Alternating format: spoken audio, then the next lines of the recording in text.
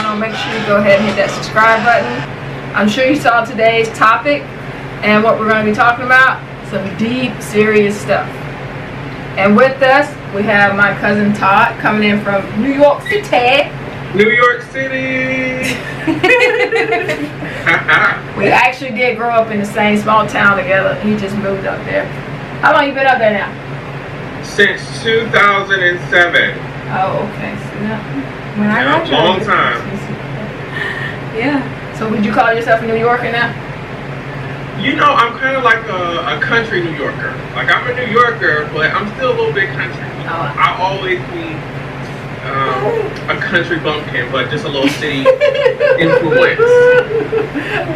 I understand that. I can still walk barefoot on the gravel.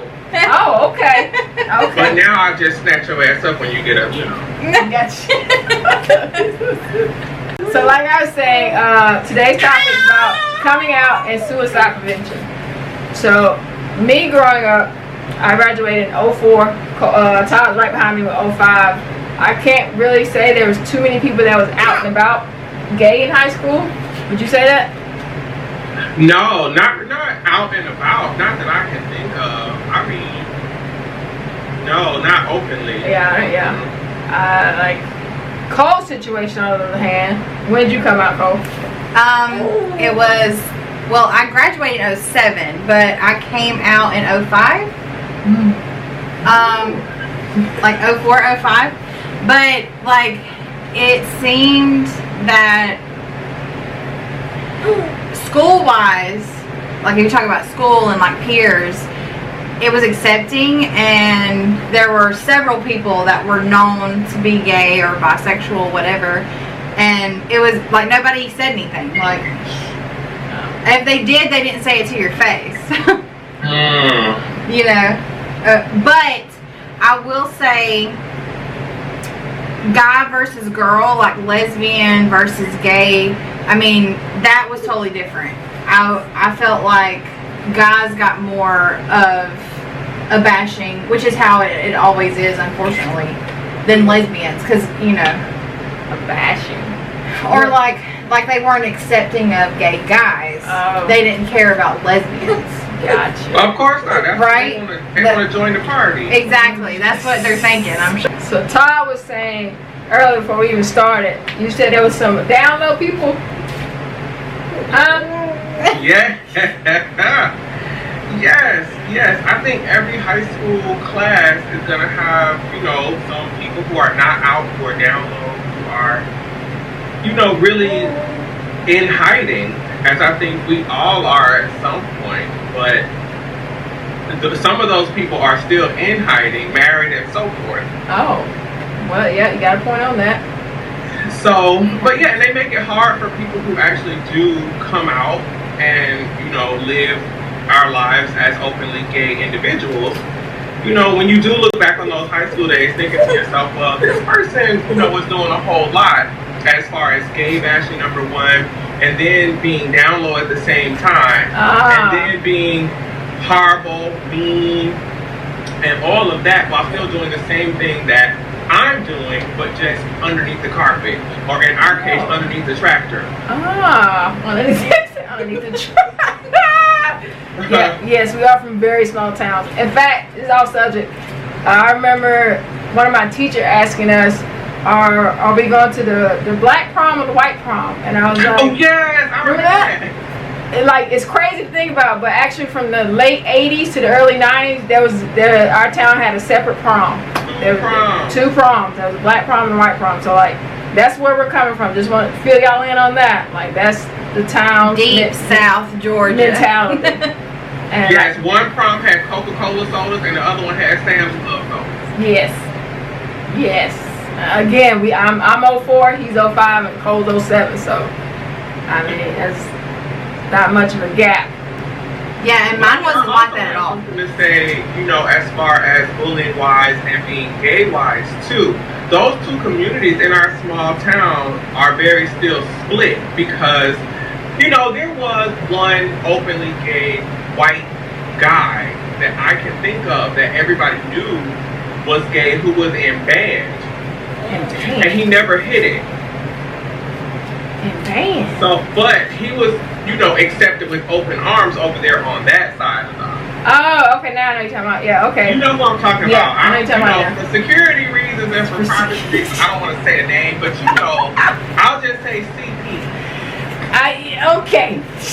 So, would you say that's because he was white? Is that what you're feeling like? Oh yeah, no, Yeah. So that it's not that it's not a feeling. You It's knew. something that is confirmed. Okay. Right? Because certain people, of course I won't say any names, certain people who interacted with that person would not interact with me on the same level. Within the same organization. Okay. Right? So these are just personal encounters. Okay. Gotcha. And as you get older, you start to understand why. And so, I've had a conversation with certain people, and that's what, we come to. That's the reason why. And then we understand it because our communities are different on acceptance levels and tolerance. That's a whole nother subject on this black game. Yeah, I know you're talking about with that. But that's a good question. Why don't people come out, in high school? And I think, especially where it's concerning the South, race does play a big factor in it. Not that it's interchangeable, but I think that as high schoolers, we experience the gay experience differently. Even if you don't come out, we still experience it differently. You got a point there. I mean, I just didn't feel the need that I had to come out in high school. I mean, Well, because number one, they don't have the barbecue to go to. The barbecue. I mean, it sounds funny, but it's a true experience. Yeah. As a black gay man growing up in that environment, the barbecue is a scary place because everybody's watching what you're doing. Right. They're watching your movements. They watching, they're like, oh, he a little sissy. Yeah, that's what I was telling Cole. I was like, the words that they use now, we didn't use that. I was like, sissy was like the harshest thing you say. We would always say, oh, he got some sugar in his tank. Exactly. Like it was very they soft. They have no gas in their tank. Come to find out. But like now, the bullying is at like an all-time high. They said It is. And it is. I hate that they use terms like gay and other words. Yeah. I don't even want to say. Well, come on now. What's the other word, sis? Faggot, things like that. That's a deep one. That's Exactly. And it's used in a derogatory way to bully kids that aren't even gay at all as well. Like, right. I would say I didn't really come out, but it was just all of a sudden everybody knew, oh, she has a girlfriend, and I don't know if people thought it was a phase, if everybody thinks it's a phase, or like you said, gender playing a role as far as, the guys are okay with lesbians. They don't care about guys being gay, though. Right. And as far as race, obviously I'm white. I don't really have a say in that aspect because, like me and Nish talk about all the time, I have to put myself into a position where I have to be more aware of white privilege. That sometimes I won't even realize that something that came across as easy to me was simply because of the fact of my skin color. Yep. And I've had to really just watch because, I'm married to Nish and we have different views on things, different perspective.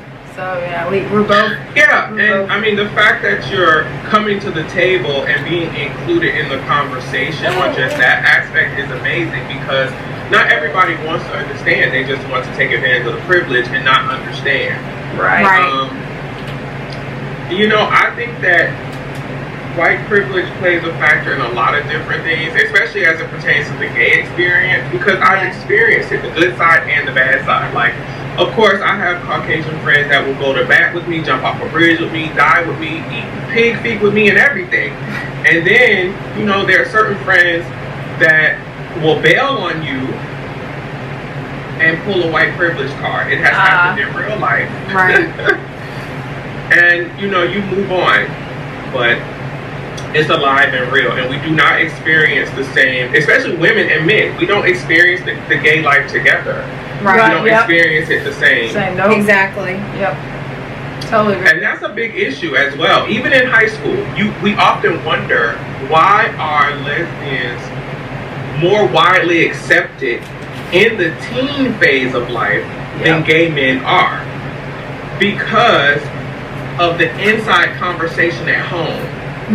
Their fathers idolize lesbians behind closed doors because of the threesome complex that most straight men have with two lesbians. So they continuously keep it in the in-house conversation.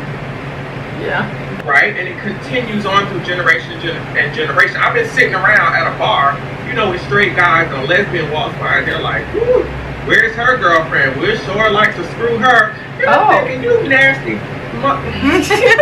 Oh, okay. But this has been going on for so long, and it's passed down. It's a passed down mentality. So it's become the normal, right? Right. So outside of the house, you know, lesbians are more accepted amongst straight men because it plays into their fantasy, which is wrong. I think it's wrong because it's not humane to me. That mentality has never been humane. I don't support it because lesbians are not idolized. You know, they're not idols. They shouldn't be. Not in a fantasy anyway. They're people. They have feelings, and this is real. Yeah. Exactly. That mentality to me, especially as teens, is very dangerous. Yeah. It's very dangerous because that's what it also allows young rape culture. Yeah, I didn't think about that. Right, it continues to link. These chains continue to link together. So is that why you think you don't see more suicides happening from lesbians? It's always, when the news put it out, it's always a guy. It's always seems that it way. seems like it's a boy. It seems. That is true. That is true. I think that it's easier for lesbians to deal with, you know, coming out, especially because it is more accepted. Now, the guys, however, depending on the situation, you don't really see a way out. And also, there's not really a support system. The one thing I will say, once you get, you know, into the heart of it, lesbians, from what I have encountered personally, support one another in tough times, even as children. Like, if you're on a basketball team, if you're on a volleyball team, they will rally together, even if everybody's not out, and provide support. Yeah. Yeah. Young gay men won't do that. It does not happen that way because you feel like you're out fending for yourself. So you don't have that interlocking support system. If you're on a high school basketball team and you are gay and you know that there are other people that are gay but nobody's out, nobody talks to each other about that. Interesting. Not until it's time to hunch. But after that, there's no support. You see what I'm saying? There is no support system to say, yo, bro, you know, just make it to college. You're going to get away from your parents. You're going to get away from this. Just make it to college. You will be free. There's nobody there to say that to them because young gay men, especially young black gay men, don't provide that support inside of a high school situation. Everybody needs to keep quiet, and that's how it always has been. And that's what allows for these suicides. There is no support. You don't have it at home. You don't have it at school. You don't have it within yourself. So your last thing is to let your life go. So I didn't even think about that, and that's why I wanted to call you, because like we have no idea how to even begin to think like a gay man. So like and then you know you also have to bring into account where abuse in the home is also linked to suicides. How long has this young man been abused by his cousin, his uncle, his friend's dad? Because these things are real. I'm here to tell you. Yeah. How many boys have been from middle school to high school abused by their football coach, basketball coach, right? These things are happening. And in small towns, it's swept under the rug, or again, under the tractor. And like you said, there's no one to reach out to. Out of Because shame. you're scared, because nobody's going to believe you. And 9 times out of 10, for what we've seen in the media so far, parents are not believing their children. When their children come to them and say, hey mom, you know, so and so is touching me inappropriately, and they're like, yeah, whatever. Or like it could be their stepdad, you're not gonna make me lose a good man, you know, and so on, the whole spiel they have. Yeah. It's really sad, but in 2019 it's happening. Parents are not believing their children until it's too late, until your child has jumped off of a bridge or slit his or her wrist and now they're dead, and then now you want to believe them. It's too late. It's too late. So that's what I say. If your child or if a teenager is coming to you and saying, hey, somebody's touching me and people are bullying me, do something about it. Right. Before your child is dead. Well, I think the first sign is their behavior should be changing. Like if parents are paying attention to their kids, you will see like a behavior pattern changing. Right, and especially because, honestly, I'm gonna just say this: Black parents are not prone to behavior changes. What they say is, oh, that's what teenagers do. Yep. That's what teenagers do. Now, white parents, however, take it very seriously because 9 times out of 10, they're not whooping their kids' ass no way. So they're actually paying attention to their behavioral patterns and how to work in there. Black parents is gonna say, what's going on? Do I need to beat your ass? What's up? Yes. You know that. It definitely wasn't beatings, but it was a rare occasion. And with my family, my dad being a preacher, it was not accepted of me being gay. It was this is a phase. You're not going to do this. Take everything away. Take the car away. You're not allowed to do things like that of punishment to try to basically what they felt I was wrong and I was going to hell is pretty much is basically what they felt. Right. Yeah. And your job as a parent, this is what they were taught. So your job as a parent is you want to save your children and you want them to have the best in life.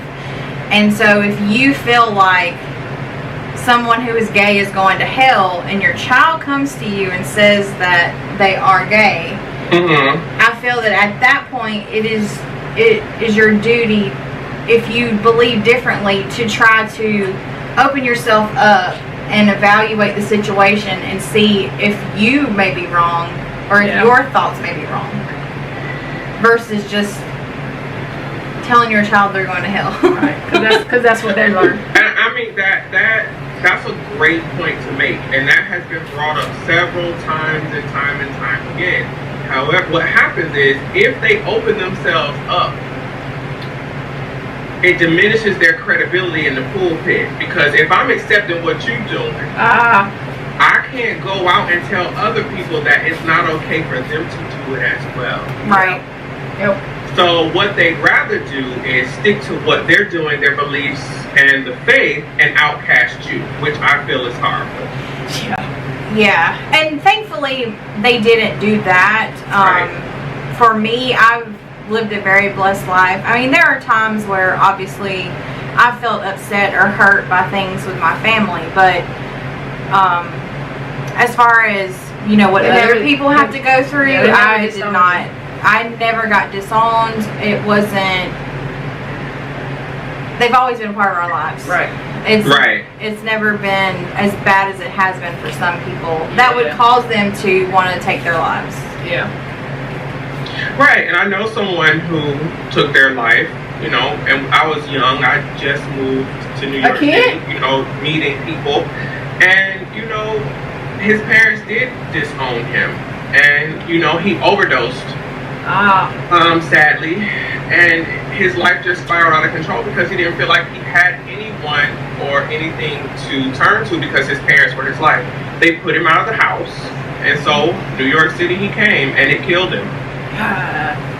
You never know how people are going to react, and I think a big thing is parents don't understand is they start the blueprint for our lives. What we do with it in the end is up to us.